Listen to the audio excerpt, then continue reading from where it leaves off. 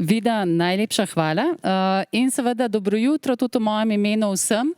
Ne bom vam povedala, kako zelo si želim, da bi bili tukaj, zato ker me je moja 16-letna hčera naučila, da če preveč govoriš o tem, kar si želiš, zadžinksaš, karkoli že to pomeni. Tako da ne bomo džinksali, bomo pa naredili sledeče. Pisali nam boste in bomo poskušali biti aktivni, tako kot so tudi aktivni naši člani in hvala vam za to. Predvsem sem tistim, ki sodelujete v komisijah. 4 ključne teme ste postavili za leto 2021 in to so znanje, zdravje, varnost in poslovno okolje. In nekako bi rekla, če bomo usvojili znanje in če ga bomo imeli, bomo lahko reševali tudi vse ostalo. Zato je danes seveda v središču znanje, veščine in predvsem gre moja velika zahvala Komisiji za prihodnost dela in izobraževanja, kajti prav oni so tisti, ki najbolj aktivno delajo na tem. Nekako pa je tudi povezano z vsem, res vsem, kar počnemo. Znanje pa naj bo to platforma Jan, kjer imamo zdaj že več kot 2000 mladih povezanih v to. Naj bo to partnerstvo za spremembe, kjer izmenjujemo znanje in izkušnje z javnim sektorjem in seveda tisto, o čemer je Vida že spregovorila in bo več povedala tudi Brina, ki srčno dela in ji bije srce tudi za učitelj, sem učiteljica sem. Toliko stvari, predvsem pa izjemno vesela, da so naši gostje danes z nami. Hvala lepa vsem trem in Sanja tebi, ki tudi sopredseduješ Komisiji za prihodnost dela in izobraževanja, zato ker skok na oder v Slonu, pa seveda na chat z vami. Torej si pišemo. Pa srečno. Hvala. Najlepša hvala. Spoštovane dame, cenjeni gospodje, prav lepo pozdravljeni in dobrodošli na Combo AmCham poslovnem zajtrku. Danes vam bomo postregli z začinjeno diskusijo na temo nadgradnje veščin za poklice prihodnosti. Katere so te veščine, kakšne kompetence zahteva trg dela, ter ali naš šolski sistem producira usposobljene posameznike. Odgovore na vsa ta in še mnoga druga vprašanja, ki zlasti v zadnjem času burijo našo pozornost, bomo iskali danes za našimi sogovorniki. Zato v naši sredini prav prisrčno pozdravljam naše današnje goste. Z nami so ministrica za izobraževanje, znanost in šport Republike Slovenije, gospa Simona Kustec, lepo pozdravljeni. Generalna direktorica družbe Microsoft Slovenija, gospa Barbara Domicelj, in pa direktor in ustanovitelj družbe Abelium ter sopredsedujoči AmCham komisiji, pripravljeni na prihodnost, gospod dr. Boris Horvat. Hvala vsem za vaš izjemno dragoceni čas in da ste danes tukaj z nami. Prvi človek Tesle, Elon Musk, je že pred časom izjavil: roboti bodo vzeli vaše službe in država bo morala plačati vaše davke. Umetna inteligenca je verjetno ena izmed največjih groženj človeštva. Na prvi pogled dokaj populistična izjava, ki pa ob zavedanju tehnološkega napredka, ki smo mu priča zlasti v zadnjih nekaj desetletij, dobi prispodobo čiste realnosti. Dejstvo je, da je tehnološki napredek že dodobra spremenil naša življenja, predvsem način, kako zaznavamo prostor in čas. In verjetno se boste vsi vi strinjali z menoj, da živimo v enem posebnem, prav unikatnem obdobju, kjer so prvič v zgodovini človeštva spremembe, ki jih prinaša tehnološki napredek, tako vseobsegajoče, tako daljnosežne, da vplivajo na prihodnost naših življenj. Avtomatizacija, digitalizacija, deindustrializacija povzročajo fragmentacijo oziroma korenite tektonske spremembe ne samo na področju trga dela, temveč tudi v sistemu izobraževanja. In pandemija COVID-19 je vsem tem spremembam dala le še dodaten pospešek. A naši izzivi niso samo tehnološke narave. V današnjem svetu potrebujemo tudi socialne kompetence, kot so inovativno razmišljanje, empatija in pa sposobnost hitrega prilagajanja. Stopili smo torej v novo ero, ko prehajamo v nek drug način našega sobivanja in proces prilagajanja se odvija ravno tukaj in zdaj. Gospa ministrica, gospa Simona Kustec, dejstvo je, da ste vodenje ministrstva prevzeli v izjemno težkih časih. Tega vam seveda nihče ne zavida. A verjetno bi se nekako strinjali, da ne moremo dopustiti, da bi v Sloveniji šolski sistem atrofiral tako, kot je skoraj zdravstveni. Na nove razmere smo se z šolo nadaljavo izjemno hitro prilagodili. Po mnenju mnogih smo si za šolanje nadaljavo tudi vzeli malce več časa. Dejstvo je, da Slovenija ni med državami, ki bi imela najdlje zaprte šole. Pa vendar, v praksi je zaslediti kar nekaj diametralnih mnenj o tem, ali naš šolski sistem, torej takšen kot je, ali je ustrezen glede na trenutne razmere in glede na trenutni čas. Dejstvo je, torej ne glede na korono, da gremo skozi neko obdobje velikih sprememb in zanima me, ali izobraževalni sistem, torej po vašem mnenju, sledi vsem tem spremembam, ali je v koraku s časom in ali po vašem mnenju zadovoljuje potrebe gospodarstva. Dobro jutro in lep pozdrav vsem skupaj. Hvala lepa tudi za tole povabilo. Mislim, da je to kar en tak zelo pomemben in dober začetek dneva, ko se začnemo pogovarjati o znanju. Zakaj? Ker verjamem, da vsaka družba, posebej pa še naša, ki je majhna in ki želi biti prav tako istočasno velika, lahko pravzaprav konkurira v tej geografski velikosti zgolj in samo znanjem. In s tem, kaj pravzaprav to znanje prinaša. In to je bilo pravzaprav moje prvo vodilo, ko sem prevzela ministrovanje v tem času COVID razmer. V času, ko dejansko je bila naša prva poteza ta, da smo zaprli šole. Istočasno pa vedeli, da to moramo narediti zaradi tega, ker na ta način varujemo zdravje življenja ljudi. In vedeli, da bomo znali in da bomo zmogli to izobraževanje, to znanje po eni drugi poti še vedno pripeljati do tistega temeljnega cilja. To pa je, da ga osvojimo, da ga nadgrajujemo, utrjujemo in da si seveda gradimo podlago za to, kar ste me tudi spraševali potem naprej, za delo, za svet, za razvoj. In prvi teden, prva 2 tedna sta bila recimo temu res najbolj polna izzivov do sedaj. Potrebno se je bilo zelo hitro, bom rekla, usesti, vzpostaviti neko drugačno obliko komunikacije med vsemi vključenimi. Po eni strani med tem strokovnim delom pri vodenju ministrstva, po drugi strani pa seveda predvsem z ravnatelji, šolami, z učitelji in videti, kje smo. In kaj se je pokazalo? Pokazalo se je, da je tam nekje 1/3 šol že takoj v prvih dneh razumela, v kakšni situaciji smo in rekla, poglejte, mi bomo znali. Mi smo se preko pilotnih projektov, preko dodatnih izobraževanj in pa znanj usposabljali tudi za takšne razmere. Imamo tudi opremo za to. Tam, kjer jo pa ni, vam bomo pa sporočili in si bomo pomagali. In točno na ta način je v resnici potem stekel, bom rekla, nov način izobraževanja. Že dobro leto nazaj. Hkrati se je seveda pa pokazalo, kje so vse tisti problemi, tisti manjki, izzivi, ki jih moramo vsi skupaj najprej prepoznati, se o njih pogovoriti in potem hitro na njih tudi odreagirati. Hkrati se je pokazalo tudi to, da v tako zahtevnih razmerah lahko samo z enim razumevanjem, strpnostjo, medsebojno pomočjo in pa sodelovanjem to naredimo.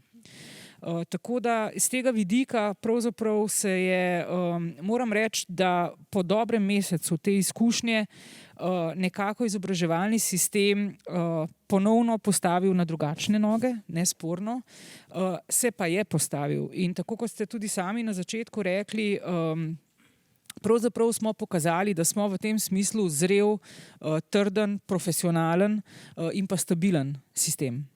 In da se znamo prilagajati tudi tako dramatičnim, bom rekla, spremembam in pa izzivom, kot je ta korona čas. Tisto, kar smo v tem vmesnem času potem skozi celotno leto v resnici dodelovali, dograjevali, je bilo vse usmerjeno v to, kar sem že na začetku izpostavila. Se pravi, iskati najboljše možne, najbolj optimalne načine glede na vse različne vrste resursov, ki jih imamo, zato da bomo lahko omogočali po eni strani otrokom najboljše možno, najbolj kvalitetno znanje skozi izobraževalni sistem, po drugi strani seveda tudi učiteljem in ostalim zaposlenim varno delovno okolje in tudi stabilno, bom rekla, tudi takšno, ki stimulira v teh zelo bom rekla, velikokrat tudi razmerah nesigurnosti, stisk.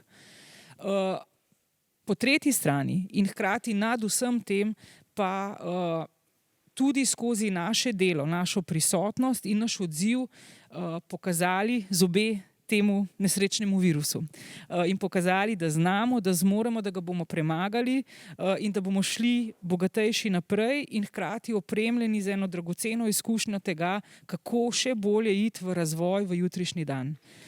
In mogoče, da na tej točki zaključim, vse to smo zmogli samo zaradi tega, ker razumemo, ker smo ljudje. In ker imamo te temeljne karakteristike, ki krasijo ljudi. To pa je to dobro, ta potreba po preživetju, potem, da si pomagamo, da smo empatični in da si damo roko drug drugemu. In na tem mestu zato še enkrat res velika, velika zahvala. Ne bi tega zmogli, če ne bi bilo razumevanja na strani šol, od ravnateljev, učiteljev, strokovnih delavcev, vseh ostalih zaposlenih, hišniki, čistilke. Veste, to je nekaj, kar pravzaprav se premalo o tem govori. Samo skupaj smo zmogli. Tako kot smo skupaj zmogli lahko z otroci, z našimi učenci, dijaki, študenti, zaradi tega, ker so oni razumeli. Ker imajo oni čisto drugačen pogled, en zelo drugačen odnos kot mi odrasli do tega virusa, do šole in vsega skupaj, ampak ga imajo. In so nam bili velikokrat tudi za zgled. Takrat, ko je bilo nam težko, smo videli, oni brez težav določene stvari počnejo, razumejo. Potem je tukaj ena velika zgodba in ena velika zahvala vsem tistim, jaz jim pravim, podpornim deležnikom, ki so nam omogočili z opremo, z znanjem, z programsko podporo. Tudi hvala lepa, z gospo Barbaro smo takoj na začetku vzpostavili fantastičen kontakt in pa sodelovanje. MS Teamsi sedijo tule v človeški obliki. Vse to, a veste, donatorjev smo imeli izjemno. Verjamem, da jih je veliko tudi sedaj med vami, z nami na zajtrku. Res velika hvala. In vsa ta kombinacija nam je omogočila, da smo tukaj, kjer smo. In še enkrat pravim, imamo težave, seveda jih imamo. V življenju so vedno tudi težave, ampak lahko smo ponosni na to, kako smo se v izobraževalnem sistemu našem odzvali, kako se še vedno odzivamo in vem, da bomo zmagali, ker smo in bomo tudi naprej. Tam, kjer pa so priložnosti za razvoj, za en drugačen pogled in tudi teh je izjemno veliko, korona dodatno pokazala. To je pa treba videti in seveda to gojiti in narediti potem za naprej drugače. Ampak spet s sodelovanjem, z razumevanjem in potem nam bo uspelo. Uspelo nam bo peljati znanje naprej, uspelo nam bo ohraniti zdravje in utrjevali bomo medsebojno zaupanje. Torej, moji 3 Z-ji. Najlepša hvala. Velike tehnološke spremembe običajno spremlja strah ali celo odpor. Trg dela in tudi izobraževalni sistem je dodatno zatresla in celo pretresla tudi pandemija COVID-19. Ker imajo dame prednost, Boris oprosti, gospa Barbara, za vas vprašanje. Kakšna delovna mesta oziroma poklici se v gospodarstvu ustvarjajo v posledici vseh teh sprememb, ki smo jim trenutno priča? Ali je bojazen, da nam bodo stroji in roboti ukradli, prevzeli naša delovna mesta, upravičena ali gre zgolj za iracionalen odziv pred neizogibnim napredkom? Je morda pred nami obdobje neke velike nezaposlenosti, brezposelnosti ali lahko gledamo pozitivno na to in rečemo, da so na vidiku nove priložnosti za nova delovna mesta, ki bodo zahtevale nove načine dela in predvsem nova digitalna znanja? Ja, Sanja, hvala. Dobro jutro oziroma dober dan tudi iz moje strani. Jaz bi tako rekla, če se začnem najprej z najlažjim vprašanjem, a bodo roboti ukradli naša delovna mesta in tako naprej. Jaz mislim, da to nikakor ne drži. Vprašanje je, ali je pred nami eno obdobje velike izključenosti, neenakosti in tako naprej. Jaz se nikakor s tem ne strinjam. Jaz mislim, da se je zgodovina naučila, da nekako tehnološki razvoj prinese vsekakor en zelo pozitiven učinek na zaposlenost. Krasen primer je recimo preteklo stoletje, ki je bilo prav tako zaznamovano z digitalizacijo ali pa recimo s tehnološkim napredkom, avtomatizacijo. nikakor ni potreba po človeškem delu izginila. Jaz moram reči, da je ravno obratno. Jaz mislim, da je delež aktivnega oziroma delovno aktivnega prebivalstva kvečjem postal večji. Zdaj to nekako kažejo tudi podatki. Svetovni gospodarski forum recimo ocenjuje, da bo do leta 2025, se pravi, to je kar čez nekaj leta, zaradi delitve, nove delitve dela med stroji in pa ljudmi nastalo kar 97 milijonov novih delovnih mest. Recimo, še bolj optimistični smo pri Microsoftu, ki napovedujemo, da bo nastalo 149 milijonov novih delovnih mest, vsa ta pa bodo na nek način povezana tudi z tehnologijo. Skratka, največji delež pričakujemo pri razvoju programske opreme, sledijo delovna mesta na področjih, kot so recimo podatkovna analitika, kibernetska varnost, varovanje zasebnosti in pa podobno. Zdaj pa seveda učinki vsekakor niso nikoli enakomerno porazdeljeni. Tukaj vemo, da nekatere panoge, nekatere skupine bodo zagotovo nekoliko bolj prizadete, recimo napoveduje se, da rudarstvo, gradbeništvo, proizvodnja, transport so tiste panoge, kjer nekako tudi pričakujemo, da so mogoče bolj v velikem deležu recimo neki nizko izobraženi delavci, te pa tudi že sicer sodijo med precej recimo manj privilegirane oziroma zapostavljene družbene skupine. Vendarle, gledamo iz pozitivne strani, iščemo pa nekako poklice, ki so najbolj iskani. Se pravi, kaj iščemo oziroma kaj se bo iskalo v prihodnosti. Delavci usposobljeni za analizo in razumevanje podatkov, za delo z umetno inteligenco, strojnim učenjem, strokovnjaki za robotiko, razvoj programske opreme in aplikacij, strokovnjaki za digitalno preobrazbo, informacijsko varnost in pa internet stvari. Jaz bi tako rekla, če želimo en tak napredek, ki bo vključujoč za vse, se pravi, in da bo čim bolj pozitiven za kar najširši krog prebivalcev, jaz mislim, da moramo vse nas opolnomočiti in pa nekako opremiti z nekimi novimi znanji, ki nam bo omogočila tudi ta dvig ravni izobraženosti in pa recimo da digitalnih znanj. Torej ni bojazni za skrb prihodnosti. Nikakor ne. Super, hvala. Torej, če pravilno sklepamo, bodo najbolj iskani, če povzamem, delavci tisti, ki bodo usposobljeni za analizo in razumevanje podatkov, za delo z umetno inteligenco in strojnim učenjem, torej govorimo o strokovnjakih za robotiko, programske opreme in pa aplikacije. Gospod Boris, Abelium je manjše, a visoko tehnološko podjetje, zgolj 20 entuzijastov vas je, od tega kar 10 doktorjev znanosti, večinoma aplikativnih matematikov, ki rešujete kompleksne probleme, sami pravite, da brezhibno, ste majhni, fleksibilni, inovativni, multidisciplinarni, prihajate iz majhne Slovenije, a preigravate na globalnem parketu oziroma globalnem igrišču med velekorporacijami na področju, ki mu trenutno tako slovenski kot svetovni oziroma globalni gospodarstveniki pripisujejo kar največji pomen. To je digitalna transformacija poslovnih modelov, katere pomemben gradnik pa je ravno umetna inteligenca. Povejte nam, kako vam to uspeva, predvsem pa, o čem smo ljudje, če sploh, boljši od umetne inteligence. Hvala, najprej dobro jutro vsem. Veseli me, da sem lahko tukaj in predstavim naše izkušnje, zdaj že 15-20 let delovanja na preseku med raziskovalnim sektorjem, industrijo in visokimi tehnologijami. Drži, prihajamo iz Slovenije, smo še vedno v Sloveniji in tukaj tudi nameravamo ostati. Abelium ima zanimivo zgodovino, pač izhajamo predvsem iz Univerze v Ljubljani, ampak zelo tesno sodelujemo z raziskovalnim sektorjem, predvsem v Sloveniji, v zadnje čase pa tudi v tujini. Zdaj, kako nam to uspeva?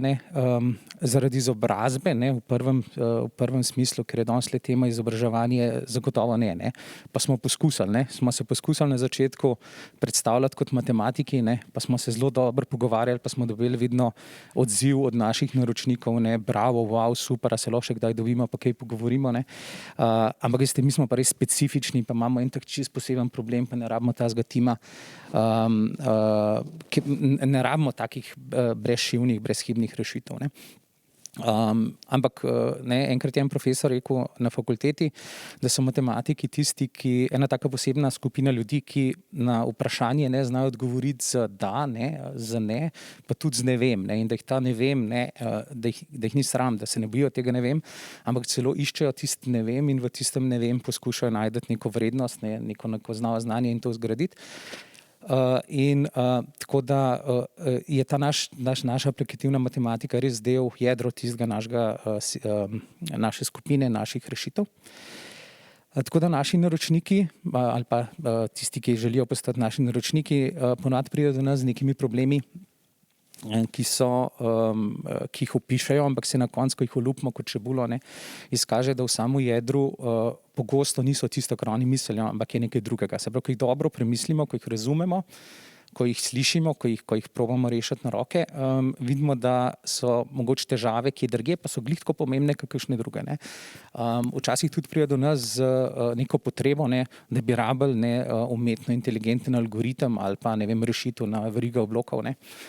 Pa vidijo to kot neko črno škatlo, ki ima nekega tazga orakla, ki bo odgovoril na vsa tista vprašanja, ki si jih še niso zastavili. Pa polno vprašanja bodo temu verjeli, ponavadi rečejo ne, da bodo še vedno sami razmislili. Tako da ta prva stvar, ki se problemov lotimo, se lotimo z osnovnim orodjem, zdravo kmečko pametjo, in pač poskušamo resnici problem razumeti. Potem naš pristop je, da ga najprej rešimo na roko. To pomeni, da se spravimo v prakso in ga poskušamo razumeti, v polnem pomenu besede. Potem, ko ga pa res razumemo in se izkaže, da je teh mogoče nekih poslovnih problemov ali pa čisto organizacijskih problemov več, skupaj z naročnikom ugotovimo, kjer izmed njih so pa tisti, ki se jih splača rešiti. Splača zaradi učinka ali pa splača zaradi recimo omejenih virov in podobno. No in potem šele gremo naokoli po svetu pogledati, kaj že v tem podobnih problemih vemo, kaj so ljudje objavili, kako se jih rešuje, tudi kakšne znanstvene članke preberemo in potem pridemo z neko rešitvijo. In tisto rešitev po nekem modelu Vitko, v Sloveniji je ena taka super knjiga, ki jo priporočam vsem, da jo preberejo, delo je Vitko, se lotimo tega na neki iterativen način in poskušamo dodajati v kratkih ciklih vrednost v sodelovanju s timom pri naročniku. In vedno zasledujemo cilj, da poskušamo učinek pripeljati v poslovni uspeh, torej tudi do poslovnega uspeha naročnika, če se pa le da do njegovih končnih uporabnikov, ker če ima več zadovoljnih končnih uporabnikov, potem tudi nima problema na svojem poslu, v svojem industriji, ki se ukvarja. No, in del tega pride šele potem morda kakšne prebojne tehnologije, kot sem recimo dve že omenil, umetna inteligenca, tle smo slišali še podatkovne znanosti in podobno. Zdaj, umetno inteligenco mi razumemo kot eno izmed orodij, ki jo uporabimo takrat, ko imamo tak problem, ki ga umetna inteligenca lahko reši. Umetna inteligenca je zelo širok pojem, z nami je že 60 let, v zadnjih 10 letih je zelo velika eksplozija aktivnosti na tem področju in tudi rezultatov. Zelo dobro recimo pri razpoznavanju slik, pri razpoznavanju govora in podobno. Ampak nekaj, kar deluje na paradižnikih, ne deluje nujno na vijakih. To pomeni, da ni gre za nek generičen pristop, ki bi ga kar uporabil. In tipično se tega lotiš na dva načina. Bodi si, da ima zelo veliko podatkov ljudi in virov, s katerimi razvijaš prilagojene algoritme. V Sloveniji ali pa vsaj nam dostopnih podjetij, ki imajo dovolj pravih podatkov. Ne govorim samo o količini tistega, kar imajo, ampak tudi tistem, česar nimajo, pa še ne vejo, da bi tudi mogli zbirati. Ni veliko. Tako da mi se obiramo drugega pristopa in v bistvu umetno inteligenco doziramo po korakih. Mi temu pravimo neke pametne storitve. Bodi si so to kakšni optimizacijski algoritmi in podobno, ki tipično dvignejo produktivnost, zmanjšajo stroške ali pa jim pomagajo, da delajo na večjem obsegu, se pravi zmanjšajo kompleksnost sistema. Zdaj pa še, kje smo ljudje pri tej umetni inteligenci, že sem prav razumel. Jaz mislim, da umetna inteligenca, kdo sem jaz, da bom rekel, da ima Musk narobe. Ampak jaz to vidim tako malo drugačno. Jaz vidim, da matematiki poznamo nek izrek, ki se mu reče Gödelov izrek o nepopolnosti, ki pravi, da ne obstaja formalen sistem, ki bi bil hkrati ponovljiv, preverljiv pa popoln. Kaj to pomeni, da vedno lahko vprašamo nekaj, kar v tem sistemu, ne, za temi orodji ne moremo dokazati. Ne. Se pravi, in pol na tem robu, ne, ko se ustavimo, ko nečesa ne moremo, tle pride človek. Ne, in ta človek potem razširi znanje, dopolni, razvije novo iteracijo, zdaj recimo temu umetna inteligenca 2.0, ne, mogoče je to neka nova prebojna tehnologija, mogoče je to nek nov buzzword. In te inovativnosti, te kreativnosti, ne, zaenkrat, če ne znamo opisati z nekim logičnim sistemom, ne, in se mi zdi, da je tle tista vloga človeka. Se pravi, če nekako povzamemo, ne, s tem, ne glede na to, kako dobro opisujemo te bele lobode, pa vse vemo o njih, ne, do trenutka, ko se pojavi prvi črn, ne, smo zmedeni, smo prestrašeni, smo presenečeni, mogoče prava beseda. In potem moramo razviti korak nazaj, še enkrat razmisliti, ne, in ta orodja nadgrajevati. Tako da umetna inteligenca in druge prebojne tehnologije so super orodja za primerne probleme, ne pa neke generalizirane škatlice, in ljudje smo tlele, se mi zdi, izjemno pomembni pri razvoju tega znanja naprej. Super, najlepša hvala. Sedaj pa bom za pomoč prosila tudi vas, spoštovane udeleženke in udeleženci, ki nas spremljate preko video zaslonov. Svetovni gospodarski forum je nedavno objavil seznam najpomembnejših kompetenc do leta 2025.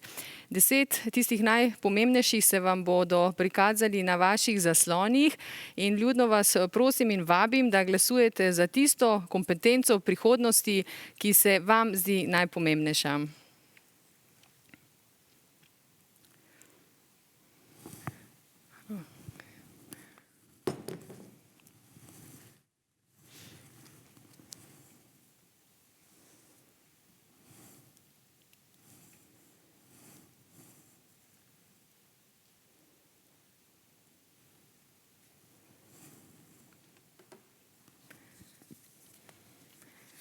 Torej, udeleženci lahko zbirajo med analitičnim razmišljanjem in inovacijami, aktivnim učenjem, kompleksnim reševanjem problemov, kritičnim razmišljanjem, kreativnostjo, originalnostjo in prevzemanjem pobude, vodstvenimi kompetencami in družbenim vplivom, uporabo naprednih tehnologij ter tehnološki dizajn in programiranje.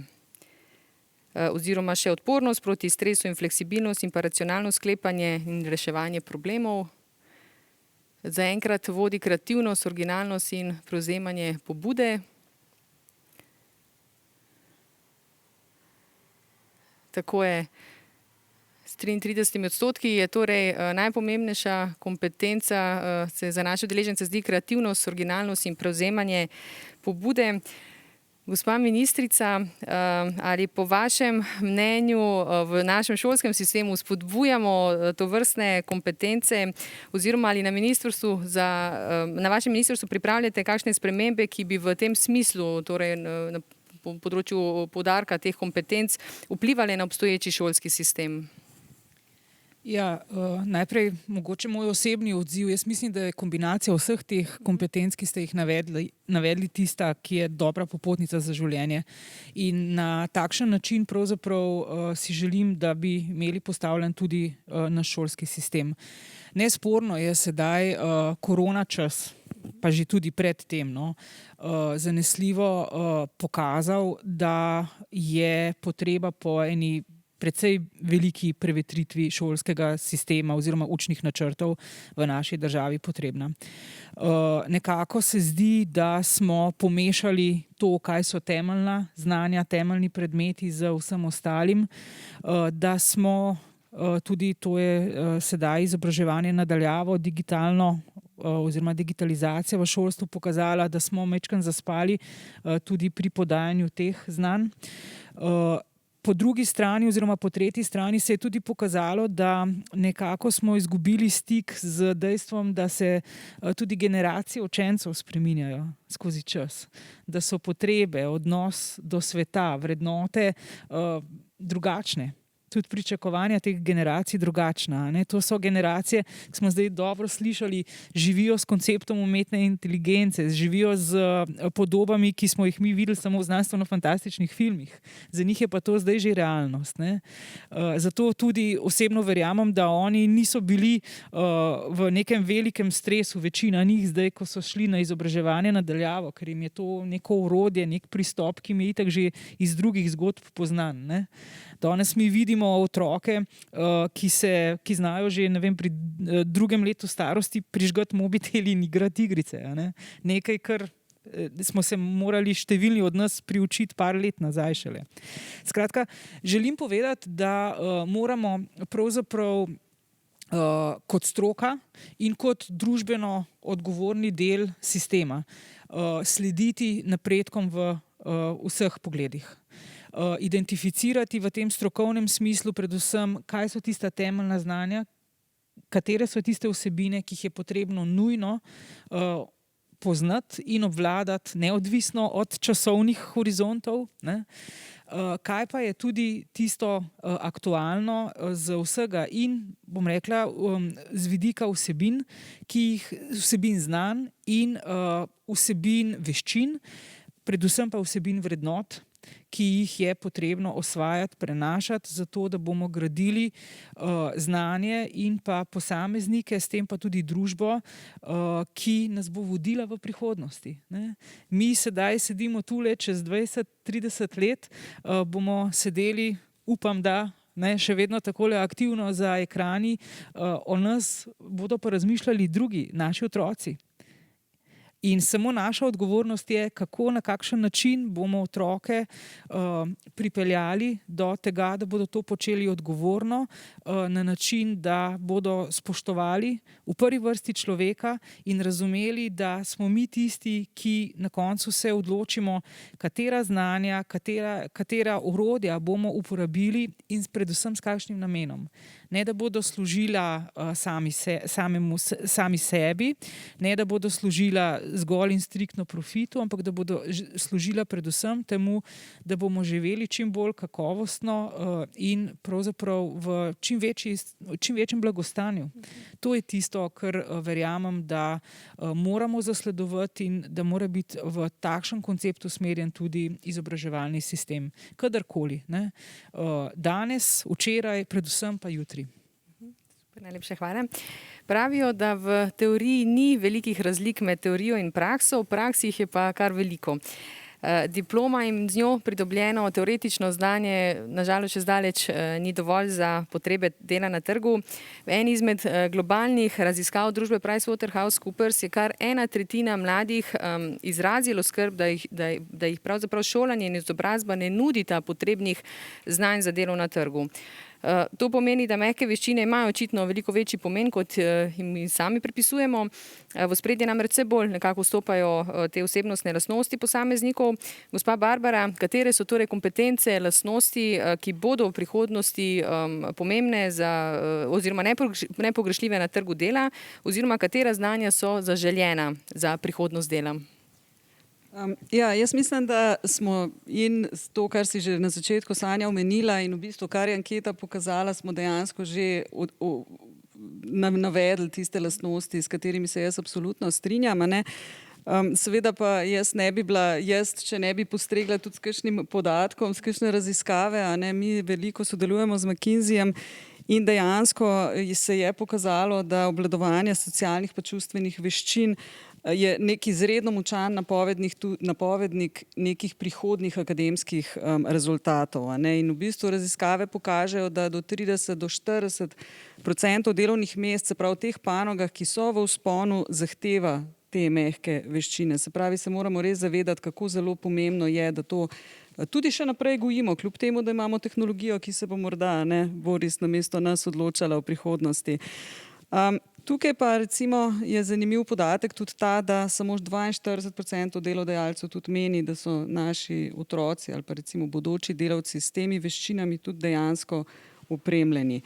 Tako da morda, jaz bi tako rekla, na pomenu pridobivajo znanja in spretnosti, se pravi kritično razmišljanje, reševanje problemov, pa še ena zelo pomembna zadeva in to je tako imenovani self-management. Tukaj govorimo o tem, kako so mladi sposobni nekega aktivnega učenja, odpornosti, obvladovanja stresa in pa prilagodljivosti.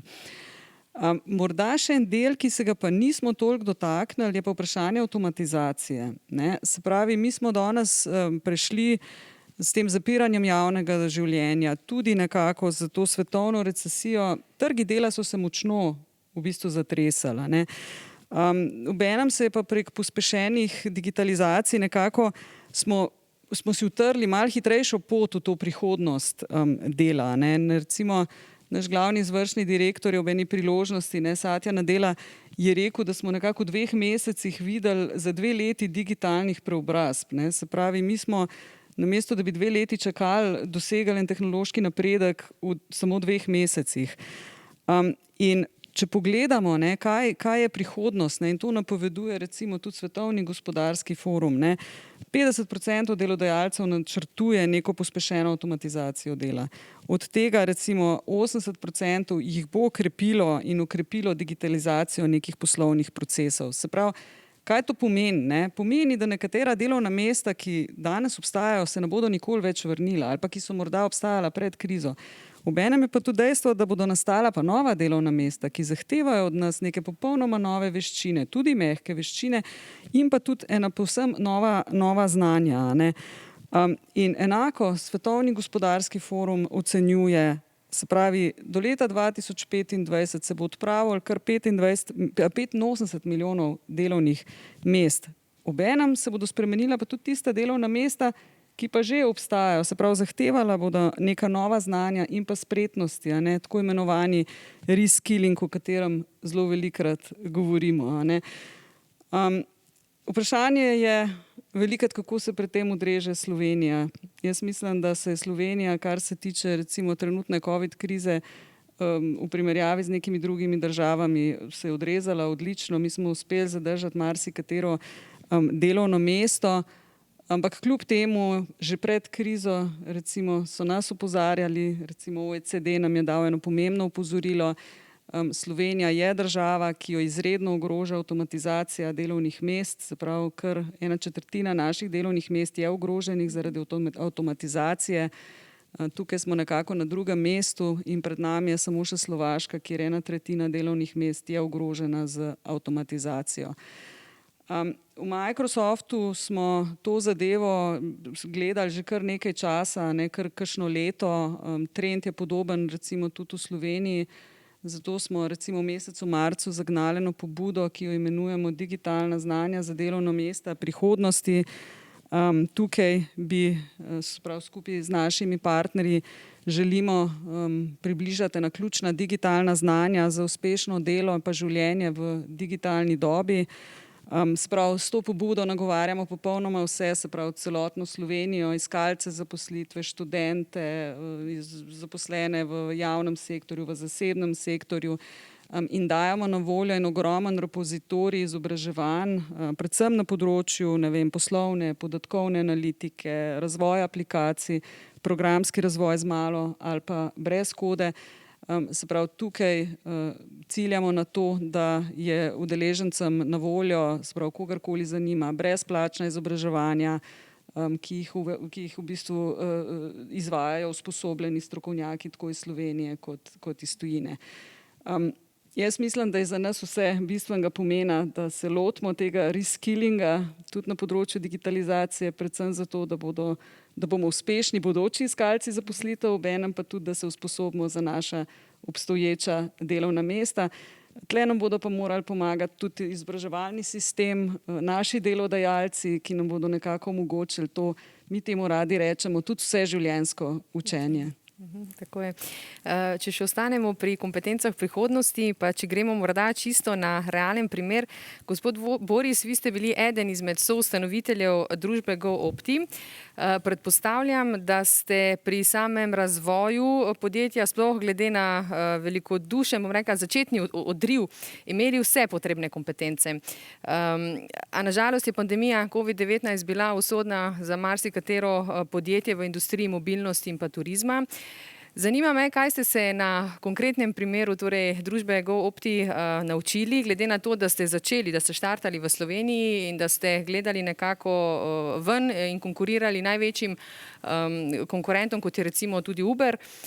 Verjetno teh lekcij ni v nobenem šolskem učbeniku in predvsem me zanima, kje sedaj lahko vse te kompetence, ki ste jih vložili v GoOpti, kje jih lahko sedaj srečamo oziroma kje so? Hvala. Bi začel z odgovorom na koncu. So v družbi GoOpti. So v intelektualni lastnini, so v programski opremi, so v blagovni znamki, ne, zagotavljanja storitev, ne, katerim ljudje zaupajo, ki jih razumejo in ki so enostavne. In so v izkušnjah ljudi, ki so bili vključeni v tej poti, a ne. Zdaj, če so pri GoOpti ali pa če niso, a ne, gradijo na teh izkušnjah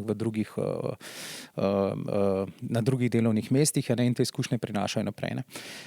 Zdaj, GoOpti najbrž vsi poznamo, ne, ampak je treba biti pošten, ne. Ko so fantje z GoOptija prišli do Obeliuma, to je bilo tam leta 2014-2015, so že prepeljali, so bili transportno podjetje, se pravi prevozniki, tako jih ljudje vidijo še danes, in so prepeljali, mislim, da okoli že 100 000 potnika, ne. Problem je bil, ne, da z širitvijo poslovanja, blazno hitro rastjo v tistem trenutku, se kompleksnost upravljanja s takim sistemom poveča.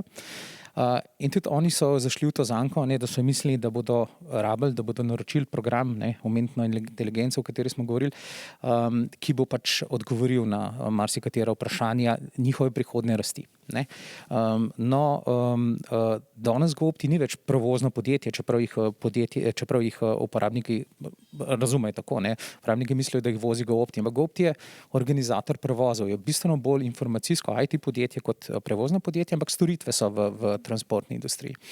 Če, ne, Uber je zdaj zelo aktualna tema, spremljam, ne, če se malo primerjamo z Uberom, ne, kljub temu, da ste na videz zgodbi podobni, ne, govorimo o storitvi, ne, je pri Uberu bistveno drugače, ne, v velemestu, ne, ko ti rabiš prevoz, rečeš, rad bi taksi in rabiš vedeti, kdo je najbližje tebi, do tebe ga moraš spraviti, če je te potrebe preveč, morajo pač najti incentivizacijo, da več taksijev pride na tisto mesto, in te pač odpeljejo, dobro, lahko deliš prevoz in tako naprej, ampak te prevozi so tipično krajši. GoOpti se je fokusiral na prevoze med državami, tipično na, recimo do letališč, do logističnih hubov, kjer ni dovolj razvitega javnega prevoza. Se pravi, je bil lahko v tem specifičnem segmentu za svojimi rešitvami bistveno boljši kot Uber, ne. Seveda, ne, Uber na svojem področju pa bistveno boljši kot GoOpti. Tako da to sta tehnično sta to neprimerljivi zadevi. Zdaj, če bi GoOptiju ali pa nekemu takemu podjetju ratali še osvojiti dovolj velik trg, ne, pred korono je bil na zelo dobri poti, ne, potem vidim zelo močne sinergije z Uberom, ne. Nikakor pa ne neke tekmovalnosti, ampak vidim neko dopolnjevanje in na drugi strani tudi z javnimi sistemi prevoza in podobno. Zdaj, kaj smo se naučili, ne? Prvo je to, ne, da si lahko v enem segmentu boljši kot ta največji, zato ker ga zelo dobro poznaš. Drugo, ne, kar je izjemno pomembno, ne, zagonsko podjetje ustanoviti v Ameriki je visokotehnološko je najbrž bistveno lažje. Kapital je tam, tehnologija je tam, mentaliteta je tam in tako naprej, ne. Ampak ko pa vstopijo in imajo single market, imajo isti jezik, imajo podobno kulturo in tako, ne. Ampak ko pa vstopijo v Evropo, si glih tako polomijo zobe, kot si polomijo zobe podjetja iz Evrope, zaradi tega, ker je Evropa izjemno multilokalna. Kar pomeni, da nekaj, kar funkcionira v Sloveniji, ne funkcionira nujno na Poljskem ali pa v Nemčiji ali pa v Italiji. To pomeni, da moraš nagovarjati drugače, iskati druge kanale do ljudi druge stvari motijo, druge stvari pričakujejo, potrebujejo. Se pravi, to je bila ključna lekcija, ne, kako vstopati na multilokalni trg na način, da se iz tega nekaj naučiš, kar je uporabno za tvojo rast na področju, ki je pa čisto drugačno kot prej, ne. Se pravi, hkrati se prilagajati, pa hkrati graditi, ne, neko strategijo vstopa na trg. Druga izjemno pomembna zadeva je bila to, da se podjetje, ne, moj prijatelj enkrat rekel, ko prihaja iz tradicionalne industrije, da bo vsako podjetje postalo IT podjetje, ne. To že 5 let nazaj, ne. Ampak malo se moti, ne. Vsako podjetje bi moralo postati v prihodnosti IT podjetje, pa to ne bo moglo postati, ker ni dovolj kadrov, ne, ker ne bodo znali te transformacije, te preobrazbe narediti, zaradi tega, ker to spremeni podjetje. To pomeni, da s tem, ko privabiš dodatne kadre, se kultura spremeni, se produkt spremeni, se poslovni model spremeni. In to pomeni, da je ta preobrazba izjemno težka, zato je treba začeti postopoma čim prej, ne. In še mogoče zadnja stvar, ne, podjetje kot en organizem, ne, ki diha, ki se spreminja. Na začetku imaš en manjši tim ljudi, ki skoraj vse skupaj naredijo, ne. Potem, ko postaneš zagonskega podjetja, mikro, malo, srednje, kar naenkrat naloge deliš, ne, pa postanejo neki silosi nekega znanja, neke komunikacije, ne poteče več tako, sploh če si mednarodno podjetje, ker imaš mogoče cel oddelek nekje drugje, ne. In tudi tega se ne učiš nikjer v šoli, ne. Se pravi, to se moraš priučiti, ne. Gre za neka specifična znanja, ki pa se jih lahko priučiš na način, da med seboj povabiš nekoga, ki je to že naredil, ne. To pomeni, in z malo sreče potem imaš neko izkušnjo, pozitivno ali pa negativno, in jo potem deliš z drugimi zato, da pač gradijo na tem, kar si doživel. To bi bilo to. Dobro, najlepša hvala. Sedaj pa bi pozdravili našega ključnega poslušalca, ki je z nami nadaljavo, profesor dr. Andrej Brodnik. Lepo pozdravljeni s Fakultete za matematiko, naravoslovje in informacijske tehnologije Univerze na Primorskem in Fakultete za računalništvo in informatiko Univerze v Ljubljani ter predsednik Association for Computing Machinery Slovenija. Gre za največje računalniško združenje na svetu. Gospod profesor dr. Andrej Brodnik, ste strokovnjak za informatiko, član digitalne koalicije. Zanima vas hitrejše napredovanje Slovenije na poti digitalnega preoblikovanja. Med drugim si tudi prizadevate, da bi informatiko peljali v kurikulume osnovnih šol. Namreč dejstvo je, da v Sloveniji imamo primere, ko 7-letniki, kot je že bilo omenjeno, surfajo na netu in YouTubeu, medtem ko 15-letniki ne znajo shraniti Wordovega dokumenta. Ta razkorak v nekih teh osnovnih digitalnih pismenosti je kar zastrašujoč. Po javno dostopnih informacijah je začetek uvajanja računalništva in informatike, pa govorim res o temeljnih znanjih, v slovenskih učnih načrtih predvideno šele leta 2030. Glede digitalnih kompetenc pa pravzaprav niti nimamo časovnice oziroma časovnega okvirja. Kakšen je vaš pogled na to, kje so dobre prakse, kako so se tega lotili v tujini in ali moramo pogledati daleč? Na kratko odgovor, lepo prosim.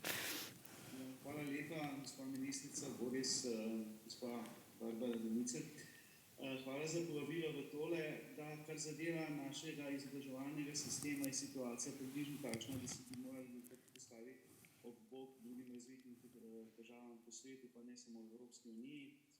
In če se navežem na vaše vprašanje, kakšno je stanje v tujini, kakšne so dobre prakse, če gledamo eno poročilo Euridisija iz leta 2019, se pravičujem, je v več kot polovici držav dejansko obstaja nek predmet, neka oblika predmeta, kjer se učijo temeljna znanja računalništva in informatike kot obvezni predmet v eni oziroma v dveh obdobjih izobraževanja. Namreč izobraževanje se nekako deli na razredno stopnjo, predmetno stopnjo in srednjo šolo. Kar zadeva slovenskega sistema, zdaj ta uvod bo malo tehnični mogoče, bo pa potem se vrnil nazaj k tematiki, o kateri se pravzaprav danes pogovarjamo. Zdaj, v slovenskem izobraževalnem sistemu imamo sicer neke obvezni predmet v prvem letniku srednje šole za splošne gimnazije, ki naj bi s tem bil namenjen, in potem imamo poleg tega še izbirne predmete v osnovni šoli. Zdaj, rezultat tega vsega skupaj je, da v 13 letih vsega skupaj eno leto imajo na voljo, imajo možnosti učenci pridobiti znanja iz področja računalništva in informatike, tako da tista prispodoba o 7-letnem surfanju in 15-letniku, ki ne zna zapreti dokumenta, je postala nerazumljiva. Vendar zapiranje dokumenta samo po sebi je vse veliko premalo, če želimo doseči tiste stvari, ki smo jih prej slišali. Namreč roboti bodo ukradli, če se si zapisal, bodo ukradli naša delovna mesta. To je res, če jih ne bomo obvladovali. Robote bomo pa lahko obvladovali za znanje. Če pa znanja ne bomo imeli, in to je pa prav to specifično znanje računalništva in informatike, pa to niso samo splošne kompetence, o katerih se govori v Digicom okvirju, ampak gre za temeljna znanja, tega preprosto ne bomo mogli narediti.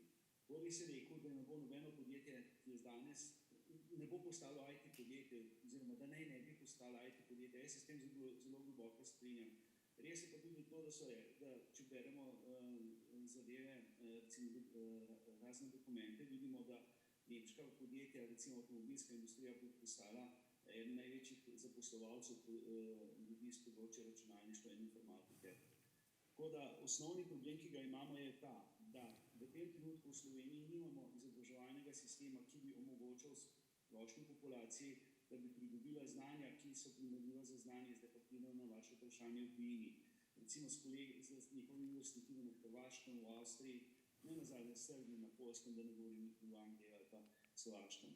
Kar pomeni, da tisti, ki danes vstopa 6-letni šolski sistem, bo čez 13 let, ko vstopa iz njega ven, imel znanje, ki ga imajo, oziroma so imele generacije tam pred 10 leti, recimo, vsaj na tem področju v sosednjih državah. Omenili ste leto 30, v resnici je tega treba ministrstvo na vsak način pohvaliti, ker ministrstvo je svoj nacionalni program okrevanja in odpornosti dodalo tudi to, da se naj bi začelo pogovarjati o predmetu oziroma o poučevanju temeljnih vsebin. Zdaj, če želimo biti primerljivi, bo to poučevanje moralo biti v obliki predmeta. To je več ali manj praksa povsod po Evropi, kot sem že omenil. Druga stvar, ki pa je pa to, da je malce, kako bi rekel, preplašeno se lotilo za moje pojme tega. Namreč v svojem načrtu okrevanja je še leta 26 naj bi prišlo to na svet za splošno izobraževanje, ta vsebina, da se vključi v izobraževalni sistem. In potem dodatno je še en komentar zraven, ki piše, da pa verjetno zaradi problemov se bodo pa stvari še malce bolj zavlekle. Tako da recimo malce sarkastično ali pa ne tako hudo se bojim. Upam, da se motim, da šele koncem desetletja bomo naši otroci dobili možnost pridobivanja tega znanja. Zdaj pa prijemo do ključnega problema. Ključni problem je v tem, da nekateri pa bodo znali že te stvari takrat početi in kot smo že slišali, v trgu dela se bo zgodila ta še večja razlika med tistimi, ki bodo imeli ta znanja in tistimi, ki ne bodo imeli ta znanja. Izkaže se, če gremo v svetu gledati analize, je pa to, da otroci iz revnejših središč, se pravi revnejših sredin, običajno ne pridobivajo teh znanj in bodo ta razlika, socialna razlika v družbi še bolj se narasla. Tako da mislim, da je naša dolžnost in dolžnost do naših otrok, da jim omogočimo, da pridobijo ta znanja in da postanejo konkurenčni na svetovnem trgu delovne sile, ki zahteva ta znanja danes in drugače pač ne gre. Najlepša hvala. Še eno vprašanje imam za vas, pa bi prosila za čisto kratek odgovor. Namreč računalniško mišljenje bi naj spadalo k temeljnim znanjem. Razlike v uporabnosti informatike v šolstvu med našimi otroci in pa otroci drugih, bom rekla, primerljivih držav so že očitne. Nam lahko pojasnite, zakaj je spremenjen način razmišljanja, ki temelji na informatiki, tako pomemben za našo prihodnost?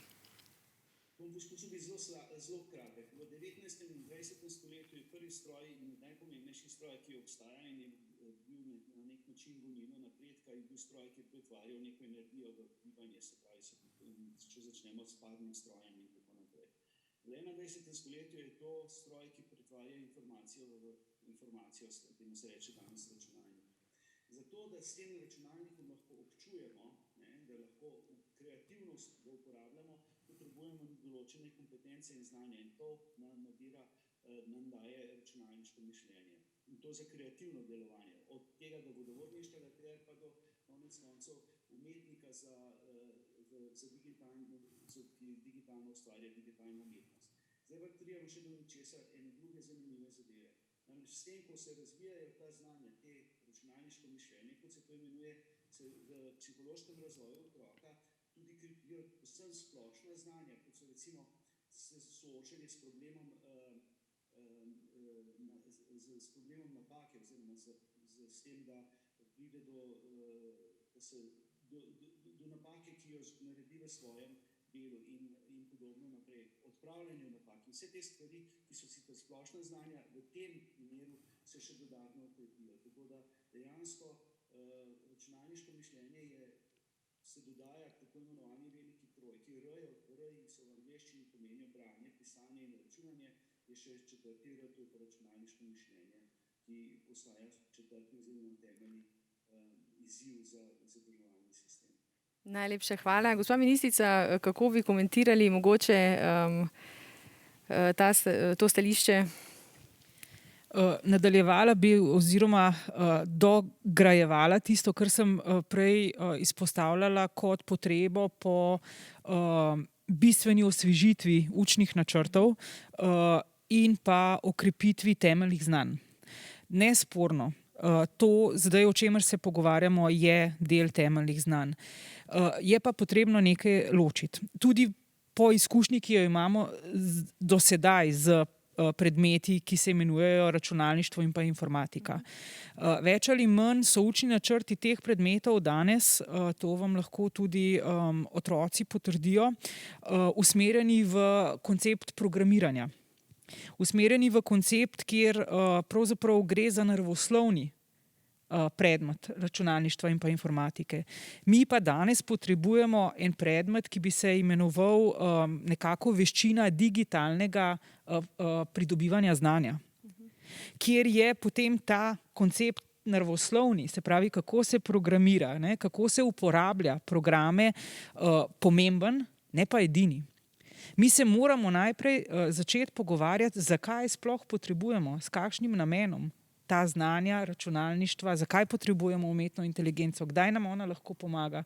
Šele v naslednjem koraku pa potem, kako je, bom rekla, čisto matematično s formulo strukturirana in kako do nje pristopiti. In niso vsi otroci pravzaprav, bom rekla, v želji, da bi na ta način dojemali svet. Mi moramo tule ta koncept digitalnega izobraževanja, če želite z vidika temeljnih znanosti, narediti kot kombinacijo tako naravoslovno-tehničnih kot tudi družboslovno-humanističnih znanj. In zaradi tega bo to velik strokovni izziv. Ravno sedaj, ko bomo zaključili z našim zajtrkom, se odpravljam na ministrstvo, kjer bom sodelovala in pa tudi usmerila začetek dela strokovne skupine, ki bo vetrila nov koncept učnih načrtov in kjer bo prav ta poudarek in to sporočilo eno ključnih, ki ga bom prenesla naprej. Strinjam se, nesporno, treba je pohiteti. Mi smo sedaj v času, ko ne moremo funkcionirati po teh starih časovnicah, institucionalnih, kako se pripravlja učni načrt. Res je, 7 let je katastrofa. To bomo morali narediti hitro. Ne? Vendar pa hkrati tudi zelo, zelo široko in pa poglobljeno. Kaj so te digitalne veščine, kaj vse to pomeni, zato da jih bomo kot temeljne prenesli našim otrokom. Potem se bodo pa oni že lahko naprej odločali, kater vidik teh veščin je tisti, ki jim je blizu in ki ga želijo potem še poglabljati. Ne?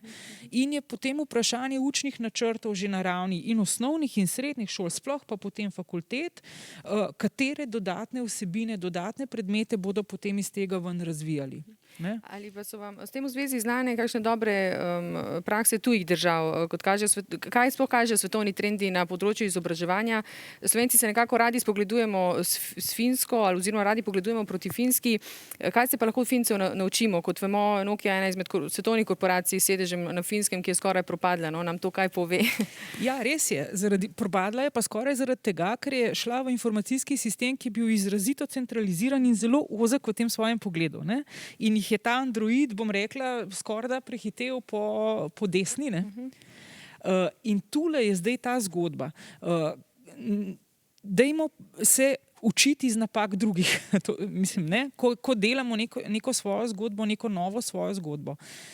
Tudi recimo izkušnje izobraževalnih sistemov so zelo različne. Nekatere imajo, tako kot je tudi profesor Brodnik izpostavil, imajo te temeljne predmete, ki so pravzaprav individualni predmeti. Samo en predmet in potem ta skozi koncept učnih načrtov. Imate pa tudi sisteme, kjer imajo znotraj posameznega temeljnega predmeta en del, segment učnih vsebin, ki so namenjene digitalnemu osvajanju pa znanju na tistih njihovih konkretnih poljih. Zanesljivo, veste, digitalno izobraževanje pri poučevanju angleškega jezika je izjemno drugačno kot recimo pri matematiki ali pa pri fiziki. Ne? In tule je tisto, kar jaz zdajle pričakujem, da bo tudi vsa naša stroka združila moči, pa tudi, bom rekla, hitrost, zato da nam bo predlagala, kaj je za potrebe naše družbe, ne, tisto, kar sem rekla na začetku, majhne, ampak družbe z visokim intelektualnim potencialom, tisto najbolje, da naredimo. Ali da gremo v en specializiran predmet, ali pa da pravzaprav znotraj obstoječih najdemo načine, kako pač določene od teh vsebin osvojiti. Izkušnjo, ki jo imamo sedaj z izobraževanjem na daljavo, je, da so se morali učitelji znotraj posameznega predmeta s tem znajti. Pa posebej še potem tudi strokovni delavci, ki so pomagali, pa razredniki, ne, pa ravnatelji. Skratka, vse to moramo zdaj skupaj zbrati, osvetliti, pogledati, kakšni so plusi, kakšni so minusi, poslušati seveda stroko, ki ima tudi različna mnenja, in potem narediti nekaj, kar bo najboljše za naše otroke in pa za njihovo prihodnje znanje na tem polju. Vsekakor pa da, digitalni vidik izobraževanja in pa znanja je nekaj, kar sploh ni vprašanje. Bomo dali tudi izjemno veliko pozornost. Poudarek torej na to. Najlepša hvala. Zdaj pa v naši sredini pozdravljam Brino Tomovič-Kandare, ki pri MČEM Slovenija koordinira Komisijo za prihodnost dela in izobraževanja. Poleg tega pa vodi tudi Partnerstvo za spremembe in pa inicijativo Učitelj sem, učiteljica sem. Brina, pred kratkim ste prav na temo povezovanja univerze in pa trga dela organizirali hekaton Skill Up. Nam lahko poveš kaj več o tem in predvsem do kakšnih rezultatov ste prišli? Ja, živijo in lepo pozdrav vsem. Res je, Sanja, kot si že omenila, v okviru Partnerstva za spremembe, ki je nacionalna platforma sodelovanja, ki jo v MČEM-u že 7. leto peljemo skupaj z Ministrstvom za javno upravo, smo dobili izziv pisarne za prenos znanja Univerze v Ljubljani z naslovom Dodana vrednost, usklajenost med univerzitetnim znanjem in trgom dela. Oni so si v bistvu želeli, da bi zaposlovalci nekako postali pomembni deležniki v soustvarjanju visokošolskega prostora, in zato smo z njimi skupaj organizirali hekaton Kompetence prihodnosti za družbo 5.0, kjer smo v bistvu soočili 4 različne skupine: gospodarstvo, javno upravo, profesorje in pa študente, in oni so skupaj v različnih skupinah iskali rešitve, kako bolje povezati univerze s potrebami trga dela, zato da bomo lahko izobraževalni sistem prilagodili dejanski prihodnosti in potrebam delodajalcev. In v bistvu dobili smo kar nekaj zelo zanimivih idej in na podlagi tega hekatona so zdaj na univerzi pripravili akcijski načrt in s pomočjo tega akcijskega načrta bodo oblikovali nekako bolj sistematičen način izvajanja interdisciplinarnih predmetov in izobraževanj.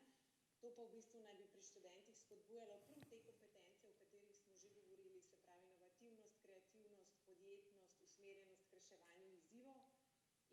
In mislim, da je to en zelo dober korak v pravo smer in se že veselim v bistvu, da bom videla, kako se bo to tudi uresničilo v praksi. Odlično. Odmevna iniciativa, ki pomembno vpliva na izobraževalni sistem, je tudi Učitelj sem, učiteljica sem. Z velikim navdušenjem lahko tudi povemo, da imamo slovensko predstavnico, učiteljico, ki bo odpotovala na svetovni izbor Global Teacher Prize. Brina, kaj je bilo bistvo te pobude?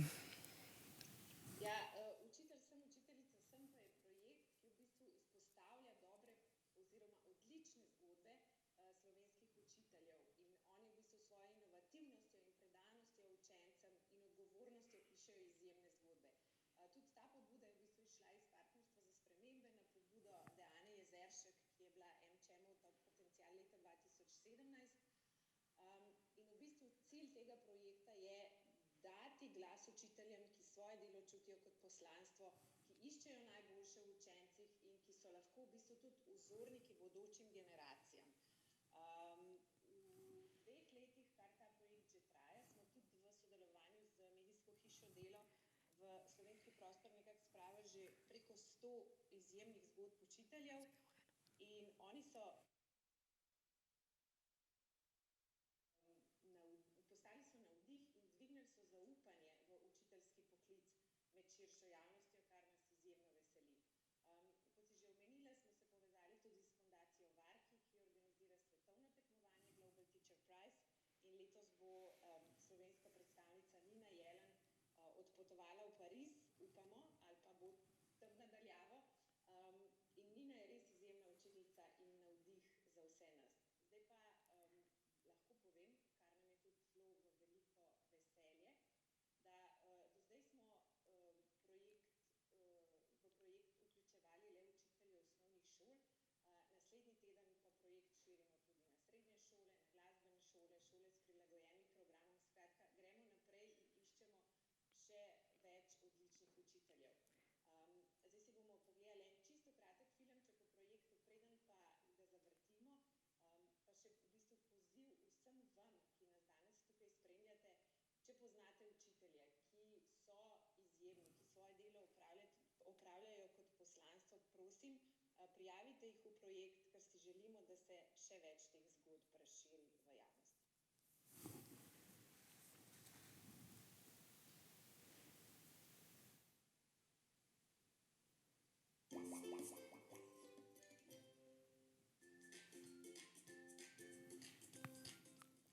Zato, ker je to najboljši poklic na svetu, ker res lahko vse svoje ideje, vse svoje talente preslikaš na učence, res jim lahko veliko daš, pa vsak dan je malo drugače, tako da res je fajn. Živijo. S projektom Učitelj sem, učiteljica sem želimo najti in izpostaviti učitelje, ki znotraj obstoječega šolskega sistema pišejo izjemne zgodbe. Radi bi omogočili pretok znanja in dobrih praks med učitelji. Učiteljskemu poklicu želimo vrniti ugled in spoštovanje. Za učiteljski poklic moramo navdušiti prave pedagoge.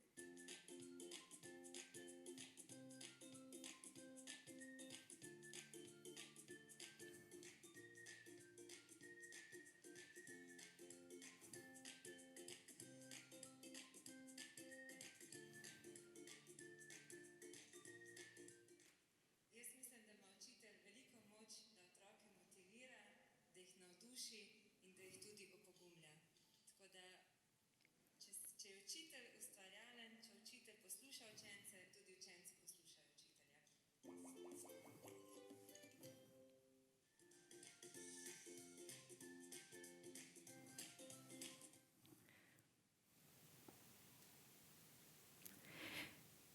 Brina, najlepša hvala. Še veliko tako vzpodbudnih iniciativ želimo.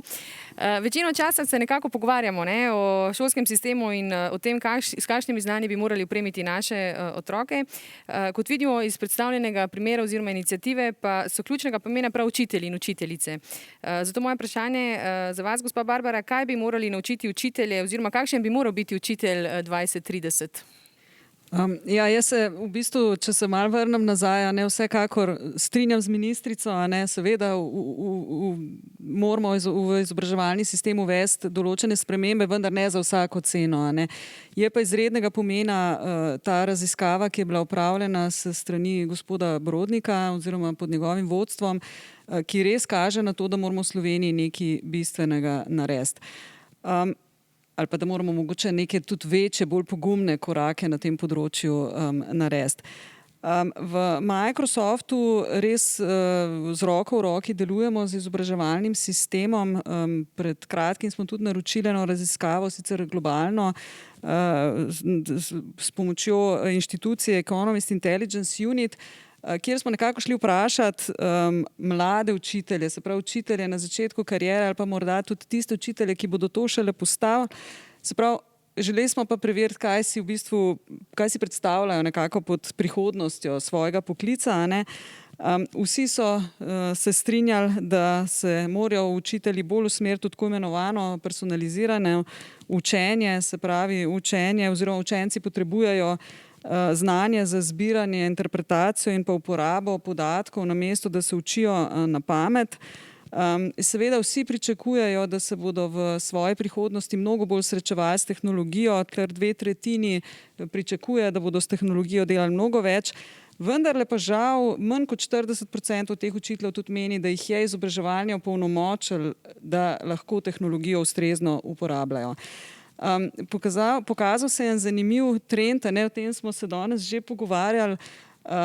v bistvu tako kot pri mladih, ko pričakujemo, da so nekako neki digitalni domorodci, se pravi, da so rojeni v tem času, ko znajo tehnologijo uporabljati, se je izkazalo, da tudi mladi učitelji oziroma njihovi učitelji pričakujejo, da bodo mladi učitelji sami po sebi že znali uporabljati tehnologijo in da so usposobljeni za reševanje tehnoloških problemov, kar pa nikakor ni res. Ne? Kaj si želijo mladi učitelji? Želijo si, da jih tehnologija razbremeni, zato da lahko več časa namenijo svojim učencem pa nekim raznolikim željam ali pa potrebam teh učencev.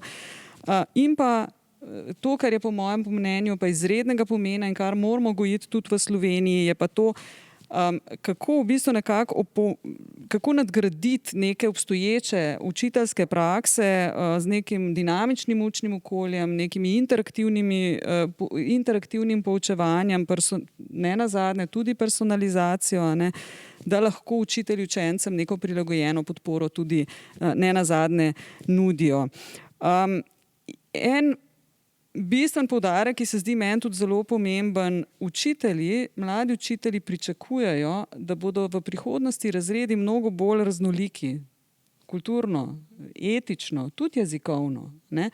In to pa tukaj zahteva nek poseben način, poseben pristop, ki ga ne bo vedno rešila tudi tehnologija. Se pravi, vprašanje je, kako lahko te raznolikosti tudi upoštevamo zaradi tega, da ne bomo ustvarjali še nekih večjih razlik med učenci. Morda za konec še ena pohvala Sloveniji. Microsoftu imamo precej razširjene programe, kjer šole in pa učitelje podpiramo na tej poti. Dejansko podeljujemo naziv Microsoft inovativni učitelj in Slovenija se tukaj ponaša s kar 156 učitelji, ki so prejeli ta naziv. Od tega jih je pa kar 16, ki pa imajo naziv, se pravi najvišji naziv Microsoft inovativni učitelj strokovnjak. Se pravi, to so pa tisti učitelji, ki dejansko imajo neko zelo inovativno znanje, zelo poglobljene tehnične sposobnosti, spretnosti v teh svojih poklicih. Lahko pa še omenim Microsoft inkubator oziroma showcase šole. Katerakoli šola bi se želela temu programu priključiti. V Microsoftu jih podpiramo od vsega začetka, se pravi skupaj z vodstvi šol sodelujemo, da nekako opolnomočimo te šole na poti njihovega poslanstva, vizije in nekako digitalnemu opolnomočenju. Tako da jaz bi rekla, virov je nešteto, samo izkoristiti jih moramo znati. Tako je, zdaj, ko smo že pri šolah, gospod Boris, zaupali ste mi, da vas zelo moti uravnilovka pri poučevanju in pa predvsem tekma za ocene v šolah, oziroma, če se malce bolj eksaktna, menite, da smo kot družba totalno zgrešili z uvedbo varnostnikov v osnovnih šolah. Moti vas celo, da večine to sploh ne moti. Nam lahko čisto na kratko pojasnite, zakaj? Nisem strokovnjak, ne pedagog, moje osebne izkušnje šolo. Osnovno šolo so bile 35 let nazaj. V zadnjih 8 letih pa spremljam, ne, samo oče, hčerke, ki je v 8. razredu in sina, ki je v 2. Se mi zdi, da mogla biti šola okolje, v kateri, seveda varno, ne, ampak v kateri spodbujamo raziskovanje, čudenje otrok ob nekih eksperimentih, odgovornost do sebe, do prijateljev, do družbe, seveda vse socialne veščine in tako naprej. In se mi zdi, da zato ne rabimo policaja na vratih. Ne. 35 let nazaj smo to rešili s tem, da smo bili tam, da sta bila tam 2 dijaka oziroma 2 učenca. Če kdo rabil priti v zbornico, smo ga peljali gor, če kakšen otrok ni imel, mlajši predvsem copatov, smo ga na to opomnili. Danes imamo zato, da se šole zaklenejo ključavnice in kamere. Se mi zdi, da policaj tja ne sodi in da je to nekaj, kar mogli rešiti kot družba. Ampak bolj pomembno vprašanje se mi zdi tisto. Prvo, ta uravnilovka, kako smo že danes slišali večkrat o tej personalizaciji, se mi zdi, da je način razmišljanja, ne, da ko otrok pride domov in reče, joj, ta teden imam pa 2 izpita, recimo, fiziko pa angleščino, dej uči se fizike, ki ti gre bolj slabše, angleščina bo že nekako. Ne. Se mi zdi, da dajmo nek tak odnos do tega, da se moraš truditi tam, ker ti res ne gre, ne zato, da boš povprečen, ne pa da tam, ker ti dobro gre, da spodbujemo tisti, ne, zato ker tam si pa lahko najboljši. Ne. Če tisti igra zate, pa za druge je to težko, si tam lahko bistveno boljši kot drugi in če imaš še nek odnos do končne rešitve, pač si tam lahko zadovoljen, da nam zdaj rekel tako kapitalistično zmagovalec. Tako da ta uravnilovka, da poskušamo čim bolj dvigati povprečje, se mi ne zdi prava metoda. Se pravi, mislim, da bi se mogli skoncentrirati na šibke, podpirati tiste, ki so dobri, ne, ampak predvsem fokusirati na šibke. Memoriziranje smo se ga že danes dotaknili, ne. V letu 2021 imamo enciklopedije, knjige, Wikipedijo pa Google, ne. Če me zanima, kdaj se je kdo rodil pa umrl, pa sem to pozabil, lahko to preverim, ne. In ne, nikakor ne razumem, ne, kako ocenjujemo stojo na glavi, ne. Sem bil presenečen ta teden, ne, pač ocenjujemo stojo na glavi. In se mi zdi, da te vsebine, če bi jih mogoče malo nam rekel ven vzeli, ampak če bi jih naredili manj tekmovalne, ne, zato da dobimo dobre ocene, zato da se lahko vpišemo v srednjo šolo, ali pa če že imamo dobre ocene, zato da tekmujemo popoldne z drugimi šolami, ne, zato smo pa najboljši v regiji, pa ne vem, na šolskem, pa na državni ravni, ne, zamenjati z nekimi drugimi vsebinami, ki se mi pa zdi, da so bolj tudi tisto, kar je Andrej prej rekel, ne, vezano je na to, ne, da kariera, ne, če zdaj zlorabim to besedo, se pravi prihodnost tvojih aktivnosti tega mladega človeka ni linearna. Ne. V enem trenutku bo gotovo, da ga nekaj drugega zanima, ne, ali pa se bo svet okoli njega tako spremenil, se mogel nekaj novega naučiti, ne, in takrat ne mu bo zdrsnilo, ne, zdrsnilo v smislu, da bo mogel začeti znova in ne bo znal, ne, in pač da ga naučimo, da pač prova, ne, se pravi malo tudi tolerance do tveganj, da ne bo neko varno okolje njega vedno, ko bo imel začrtano linearno pot in zdaj sem pa, ne vem, doštudiral to in to, zdaj moram pa iti v tej smeri naprej v poklicih preteklosti, ampak da to zna nadgrajevati, ne, in se upa tvegati in se upa pač spremeniti svojo odločitev in poskusiti nekaj drugega. Najlepša hvala. Če se premaknemo iz osnovnih šol fakultetam. Gospa ministrica, ali morda imate podatek, ali vsi, ki se vpišejo na fakulteto, študij tudi dokončajo, katerih profilov je največ oziroma kateri trendi se nakazujejo v prihodnosti? Pa na vprašanje strani gospe Eve Romih smo prejeli, koliko časa, če imate slučajno podatek, koliko časa je potrebna implementacija novega študijskega programa oziroma smeri v Sloveniji? Ja, tudi na visokošolski ravni izobraževanja pravzaprav zelo podobne zadeve prepoznavamo, kot smo se pogovarjali že zdaj celo dobro uro. Vsekakor ponudbe je dovolj. Res je, da obstajajo določeni študijski programi, kjer je interesa mnogo več, kot pa je na voljo vpisnih mest. Ravno v tem študijskem letu oziroma za prihajajoče smo na področju medicine in pa računalništva pa informatike razpisali kar vidno večje število mest. Imamo že rezultate prvih vpisnih želja, ki kažejo, da je še vedno ravno na teh programih izrazito več želja za vpis, kot imamo na voljo vpisnih mest. Prav tako so pa tudi potrebe na trgu dela potem dalje, ravno pri teh dveh profilih izjemno velike. Tako da tule je en izziv, ki je pred nami. Zelo podobno potem tako na polju ostalih, bom rekla, ved, tako naravoslovno-tehničnih kot tudi družboslovno-humanističnih opazujemo skozi čas pravzaprav zelo podobno visok interes ali pa nižji za določene vsebine. Tako da tule, kot rečeno, to je bila tudi zaveza vlade pred kakšnim dobrim mesecem, da bomo z roko v roki z potrebami razvoja in pa tudi trga, gospodarstva pogledali, kateri so tisti profili, ki jih moramo tudi skozi izobraževalni proces bolj podpirati in pa stimulirati. To je en del odgovora na vaše vprašanje. Se pravi, interes pri izobraževanju na visokošolski ravni je nekako podoben pravzaprav temu, kar že pred tem opazujemo. Zdaj specifika predvsem bolonjskega sistema je pokazala pa to, da imamo zelo pogosto pravzaprav potem izkušnjo, ko študenti dokončajo prvostopenjski študij, potem pa se na drugostopenjski vpišejo na povsem druge programe. To je sicer po eni strani možnost odpiranja interdisciplinarnih znanj in vsega skupaj, po drugi strani pa je z vidika res tega utrjevanja temeljnega profila, ne, na najvišji možni strokovni profesionalni ravni tudi nekaj, o čemer se moramo majčkeno usesti in premisliti, pogovoriti in prepoznati pluse in minuse takšnega pristopa.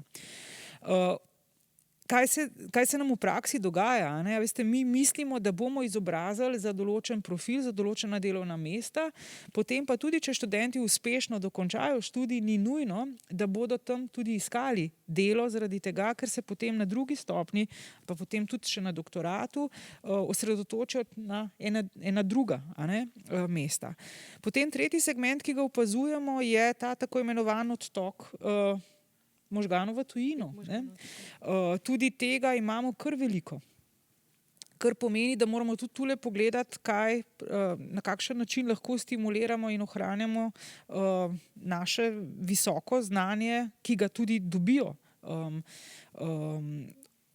odrasli že, lahko rečem študenti, pri nas, da tudi ostane geografsko gledano na našem polju. Skratka, v tem smislu, imamo izzive. Na vaše vprašanje, ali vsi dokončajo študij, seveda ne. Življenje je pač takšno, nekateri poskusijo, pa vidijo, da to ni za njih. Nekateri pravzaprav to tudi zaradi nekih širših socialnih razmer se odločijo, pa imajo samo status študenta na papirju.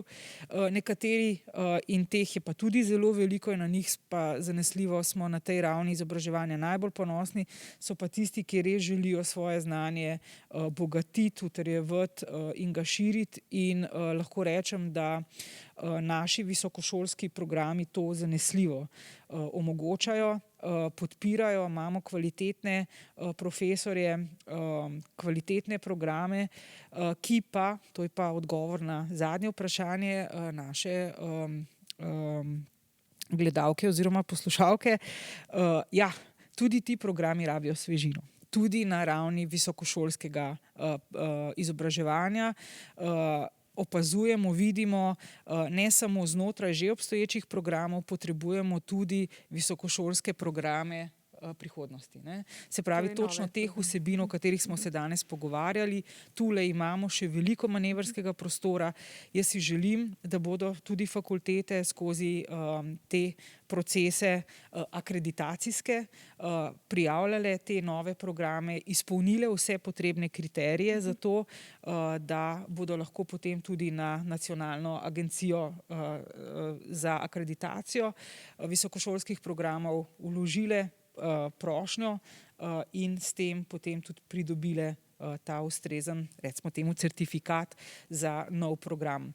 Tam nekje 5 let praviloma ta proces traja.